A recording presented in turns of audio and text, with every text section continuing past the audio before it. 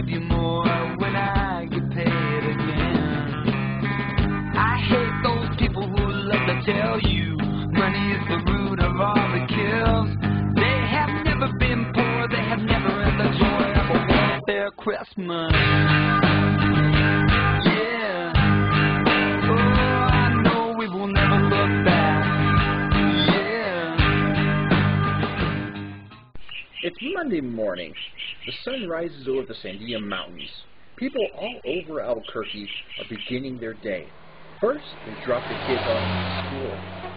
Fight traffic on I-25. A quick stop for a cup of coffee, then off to work. Like 63% of all Americans aged 16 and over, working is a necessity. From working entry-level jobs in retail and fast food, jobs in manufacturing and farming, to banking and healthcare. These similarities, however, end there. This becomes quite apparent, especially when it comes to hours worked and their compensation. For example, the average entry-level wage in New Mexico is $8.02 an hour, or $16,673 a year before taxes, as opposed to an experienced worker or a college-educated one, $22.93 per hour, or $47,692 a year. Now, this is lower than the national level of $17,867 for the entry level and $66,248 for the experienced and educated. Unfortunately, there are some who work as many hours and are paid less. Since 1938, there has been a federal law requiring employers to pay their employees a minimum wage. It was 25 cents. As you can see, in 1938, the gap between nominal wages and real wages was quite wide. Compared to now, where they are fairly close to each other, it is predicted they will near each other in the near future. Currently, it's $6.55 an hour, or $13,624 a year. That's not a whole lot considering the rising costs of food, housing, and energy. According to 2008 federal poverty guidelines, a family of four making $21,200 before taxes is considered poor. So what makes people poor? Is it lack of opportunities, lack of education and skills training? Is it racism or sexism? Hello? There are two people stuck on an escalator and we need help. Anyway, poverty has always been with us, from the beggar outside the gates of Jerusalem to the mentally ill homeless woman in the park. There's a lot of different reasons that people are homeless in America, and in Mexico in particular. It's fraud, it's dishonesty in government, it's embezzlement, it's criminal activities all the way up. What happened with me was prejudice. I was denied my paychecks. I went to the Bank of America and I was told by one of the recipients that I had too much money in my bank account, so they refused to give it to me. Terry Jean and others like her, or what comes to mind when discussing poverty. Is this a generalization? In pursuit of the truth, I decided the best thing to do was to go out and ask folks around town.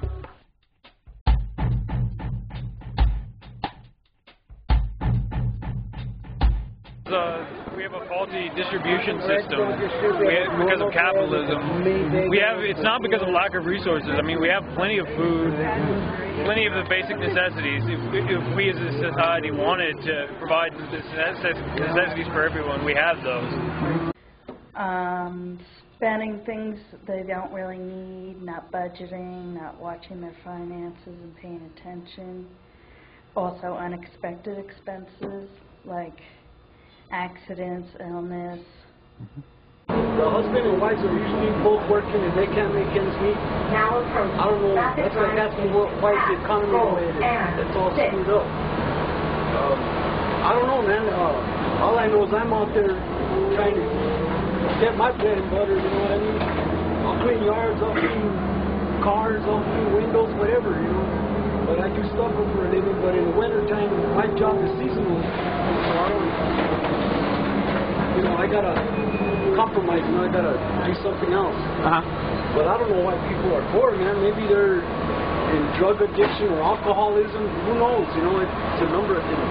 I think people are poor because they tend to get jobs where they're more comfortable instead of reaching out to the better paying jobs. Lack of work, lack of skills, lack of jobs in their areas, quality paying jobs, yes.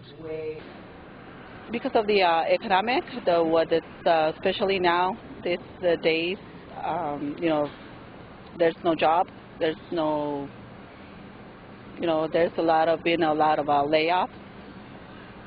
How they see life, their lack of incentive, but then there's more pragmatic situations like,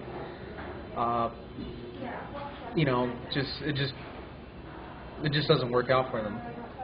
They may have like ambitious goals, but they don't really know how to, you know, take step-by steps to achieving them, and so they take greater risks when they shouldn't, and they end up, you know, lack of a better term, homeless. As you can see, there are a wide variety of opinions on why people are poor, from the young activist with communist ideas to the recovering alcoholic with an awesome work ethic. What is surprising is the lack of education opportunities were mentioned frequently. According to the U.S. Department of Education, 9.3% of the 37 million students ages 16 to 24 are high school dropouts. This is ironic considering public high school is available to all, and the average income of persons ages 18 to 65 who have not completed high school was roughly $21,000 in 2006, compared to graduates earning $31,400. That's way above the poverty line. So besides education, what should be done to end poverty? We need more jobs, more better pay. Radically reorganize everything so that we provide the basics for everyone equally. We're not raising our children to be responsible enough, I think, and teaching them that they don't deserve everything. They need to grow up and earn it. As a country, as a society, we're doing the best we can with what we got. Relative to all the other issues that we have to deal with, I would say with the program already established, I think better funding, more adequate funding would be placed to help people in poverty situations, help them educate themselves to, well, essentially just pull themselves up by their bootstraps with a little incentive or assistance, I would say. It seems creating jobs is the consensus, and it makes sense, especially when you look at the unemployment rate. Nationally, the unemployment rate is 6.1%. Here in New Mexico, it's 4.5%. This small number is due to the fact that the highest employer in the state is the government. And what is the reason for the high unemployment rate for the rest of the country? The loss of non-government jobs, mainly in the manufacturing sector. This dominoed to other businesses like retail and construction. In the past years, we've heard how the economy is on the verge of collapse. This is the worst since the Great Depression of the 30s. And while I agree times are tough for some, we have a long way until we are in a depression. In 1935, the unemployment rate was at its highest, 24.9%. In 1959, it was 5.5%. The highest since that time was in 1982 at 10.8%.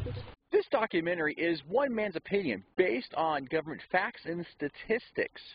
And like all documentaries, you should be skeptical of the information provided. I'm Michael Woodruff, and I want to thank you for watching Poverty America. Why are they poor?